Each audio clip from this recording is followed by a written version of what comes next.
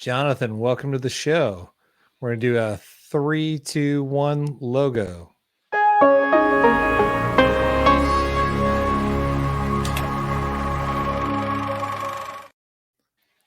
Awesome. Good to have you. You said you're back home. You're in Kentucky.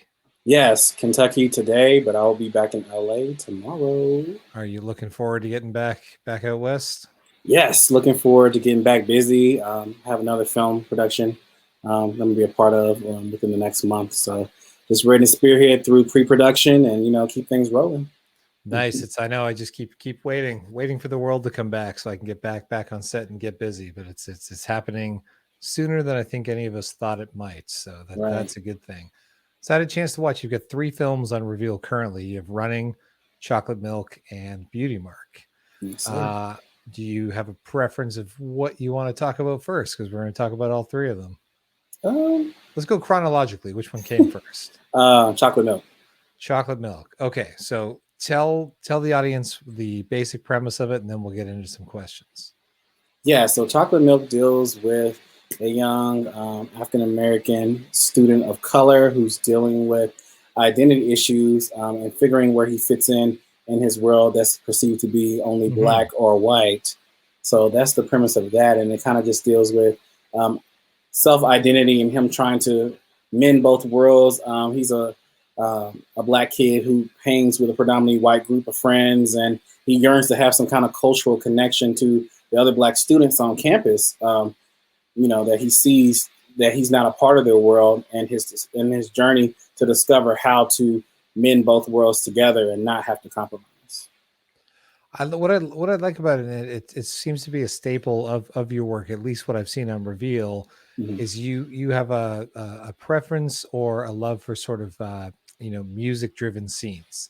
You're less a dialogue sort of script, and you let sort of music and just the characters' facial expressions and sort of the actions in the scene play out. Is that a style that you prefer, or was there a reason that's sort of these projects predominantly use that style? It's 2 things. One, a lot of these films they are my films when film school. So in the earlier assignments, we are not allowed to use dialogue. So we have to figure out ways to, continue the story, which inherently helps us because it helps us develop as storytellers to not depend on dialogue heavy things to continue a story and keep going. So you just have a bunch of random talking, just over and over and over again. So yeah, that project was a 9 dialogue piece, and I used emotion and facial expressions and symbolism to kind of lead you through, the film and pinpoint you where you are. Is that a harder challenge to take away the dialogue and tell a story? It's almost a music video in a sense. Obviously, you're not even cutting to the band or the artist singing on camera. So is there a challenge to making sure the narrative works, even though you sort of have that lack of dialogue? Well, when it's a music video, it's kind of like it's music like wall to wall to wall. If you have a film that's not wall to wall, it's just kind of it just depends on what's going on. And yes, it's very challenging in the sense I feel like it's more challenging for actors. So if an actor doesn't know how to act without words, they could get stuck, I found it appropriately challenging. I mean, at first I found it like kind of irritating, like, oh, I can't use words. But then I really was like, wow, I get to tell something so different, and words are important because it's about what's going on in the story, and you really have to watch and pay attention. So that has become a staple that if I don't feel like the characters need to talk, I don't write dialogue. I feel you. Listen, I'm a huge fan of things that it's a visual medium, and if they don't have to over explain everything, then let the visuals, let the characters sort of tell the story without having to. I dislike movies that just over talk things and over explain every little thing that's happening. So on that note, where do you find the music? How are you sourcing the music for your projects? Oh, so yeah, that's interesting. Now I have composers that I use, but earlier on, and then maybe for projects that are like smaller, would definitely find like like free sounds, free scores, and things like that. So yeah, it's an interesting world that we live in where making short films, making, smaller budget projects sometimes, that we have these resources now Hmm. that we can go to websites, and there's so much sort of crowdsourced material and user to user visual effects, color grading techniques. Like, it really is evening the playing field so that Hmm. anybody who wants to become a creator can create at a much higher level without having to hire an orchestra, or Right. if you don't know a composer yet. Now, you said these were done for film school. Where do you go to school? I went to Loyola Marymount University, Okay, and based in Los Los Angeles, Angeles, California. Yes, sir. and now you're in the real world, ready to tackle some bigger projects. Right. Yeah. Unfortunately I graduated last May in the pandemic, which Mm-hmm. is crazy. So yeah, I'm still been doing projects steadily even in the pandemic. Um, so yeah, just tackling more projects. I want to get into more long form and move away from shorts because shorts to me it's like the filmmaker's mixtape until you're ready for like episodic or features or something else. That's a great way to say that. I've never heard described that way before, but that's exactly it. You're saying, look at these different things that I can do, and here's a Mhm. sampler of Yeah. material. And that's it used to be referred to as just a calling card, that Mm. your short film was the demo of, hey, here's what I can do. Hire me to do longer form stuff. But it is, I still, as a filmmaker, enjoy short films even now between features, because one, it keeps me Mm. busy.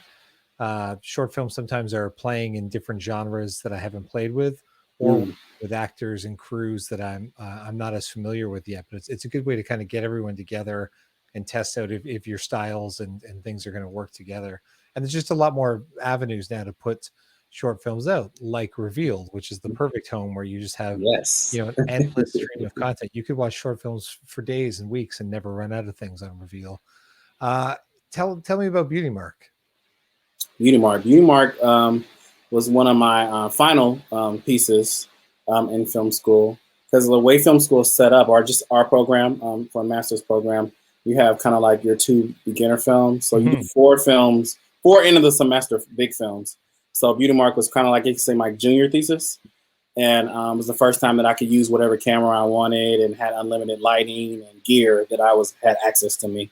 But that story is developed from experiences from different people that are close to me. Mainly, Mm-hmm. one of my best friends, in high school, she experienced a relationship with domestic violence, and different family members and other friends have as well. So I wanted to kind of put a narrative together to kind of like tackle domestic violence, and wanted to shed light on that issue. And especially now that we are still in quarantine, and a lot of people last year were dealing with a lot of domestic violence issues as well. So the film really is still very prominent today, and needed, just to show people that they can get help, and what happens sometimes if you don't get help. You have a desire to tell very real world stories in your storytelling. Is that a passion that you're going to continue? Is it important for you to tell very human stories, or do you also enjoy fantasy or sci-fi? And, well, obviously you like horror. We'll get to that one in a minute. But is that part of what you want to leave a mark on the world, is to be able to tell stories that speak truth and sort of can educate people? Yes, thank you for that question. Yeah, I started out doing horror. Hmm. My first movie was a feature called Slasher, and it's a horror movie, and that's kind of like where Running has kind of spun from. It's like a spinoff of that series. Okay. So going to film school, I wanted to use shorts to do something different. I just didn't want to be put in a box and just be the horror guy only, unless someone's Yeah. hiring me. Like, hey, make this horror film, of course. But I wanted to, expand my, I guess, creative palette and make other things. So I was like, why not tackle social issue type of films? So that's where you have Chocolate Milk that has sprung from, and you have Beauty Mark, and then I have another film coming called Men Down that deals with what happened last year with the Black Lives Matter movement and police brutality. So did you say you started with the feature before you went to film school? Yes. So, okay. So that's a bit of a backwards path, not a backwards path, but a less traditional path. Yes. What did you get to the end of that feature and sort of realize, man, there's other things I still need to learn. There's other things I need to perfect in this art, or did you just, like, how does that work? You finish a feature and then say, I'm going to go to film school and make shorts? Right. Well, before I made the feature, I was making kind of like music video and shorter Mm-hmm. form projects. So I had kind of made a short, but I didn't know the formula of any of this. This was all new Yeah. to me. I was originally going to school to pursue law, and my job on my undergrad campus just happened to be like media services, where they had their own television studio, and we did Mm-hmm. live events and original programming in a studio setting. So I was trained on camera, editing, lighting, and all that. And then eventually I started to use my resources around me to be creative and see how far I could go. Because as a kid, I've always been into art. I've always been an artist. I was an actor first. I've been acting, singing, and dancing since I was 4 years old. So I always was drawn to the entertainment industry. And it wasn't until undergrad that I got to put all of my gifts into one melting pot and give it vision through camera, Mm-hmm. and film. So one of my mentors at the time, who still my mentor, but he was my boss as well, he told me to try making a film. And so, I just jumped in and made a feature. Didn't, know quite what I was getting myself into, but, I had some friends at the time that kind of looked over my script and gave me notes and, how long it should be and everything. And I kind of just went for it. And, it was more of an experiment. But then when we finished it and we put it out, people really reacted to it in a positive way and it really tracked. And then I started getting into film festivals and I realized that, wow, maybe I can really do this. So instead of going to law school right after, I was just like, I think I want to really study film so I can understand everything that I was really doing. Because, I didn't know every role. I didn't know what things were called on the set all the time. I was just kind of learning as I went and doing research. And now that I went to film school, I was actually got to be taught in a classroom setting and understand the fundamentals of film and how things are Mm-hmm. done, industry wise. So now with all that information, I'm a whole new, filmmaker, at the end of this. Is it hard to go back and look at that feature now, knowing everything you know, or do you still see that just raw creativity that you had making it? I learned a lot about continuity earlier on with already having to edit at that level. Mm-hmm. So in that sense, no. In the sense of like, um, have I grown from it? Yes. But, the way I look at that is that those are timestamps. Any film I've done prior Mm-hmm. is a timestamp of who I was and where I was at. And I'm proud of that. So I'm not ashamed of anything from the past. Sometimes it surprises me when people gravitate to something older. Like, say, if Mm-hmm. they watch Chocolate Milk and then they're like, oh, I really love Chocolate Milk. But I'm like, I have Beauty Mark, I have Man Down, which are, my more current ones where I've learned and grew a lot. So I appreciate people admiring the work at different stages and different levels and Mm-hmm. enjoying and being invested in the journey is what, I have to look at now and not be so, self-conscious of like, don't see this. I like that you're happy with it. I have the same thing. There's not a thing on my reel that embarrasses me because you're right. Timestamp. Mm-hmm. You and at least I can usually look back and see that I've grown. I Right. might think differently if I look back and went, oh wow, I was way better 10 years ago than I was today. I might have a different approach. On the three films on Reveal, what are you're the writer director of those three? Are there other roles that you're also taking on? Yes, and I've also produced them, and Mhm. I am the editor as well. Yeah, I think I'm the editor. Do All you three. do you enjoy multitasking, or is that just sort of the way that you came at it, where you had to wear multiple hats to get projects made? I have to wear multiple hats. Now, the way the industry works, everyone has a specific position. Hmm. And, and the industry encourages collaboration because that's the way it works. But earlier on, I didn't have people who were there.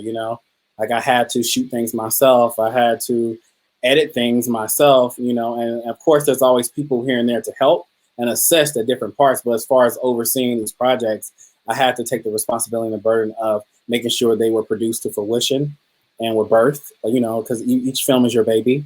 Yep. So, yeah. So it's not that I necessarily wanted to have like control like that, but, I had to spearhead them, but comfortably, professionally, I do want to be writer, director, and, producer mostly. I'm trying to get away from, having to do everything, you know. Do you find that being your own producer, your own editor makes you a better director because you're able to sort of problem solve and save money before you get to set, and then you're also while you're on set, knowing you're going to edit it, are you able to sort of shortcut some things without, so you can stay on budget but not lose quality, I guess is the best way to say it. Wow, that's a really great question. Yes, I say yes to that in the sense that I do direct as an editor. Yeah. Fun fact. I'm my own editor too, so it's a good and I do find that saves me often, where it's like, oh, we're running out of time, and I can just in my head be like, well, we do this to this to this, we can cut that and that. Oh, great, let's go.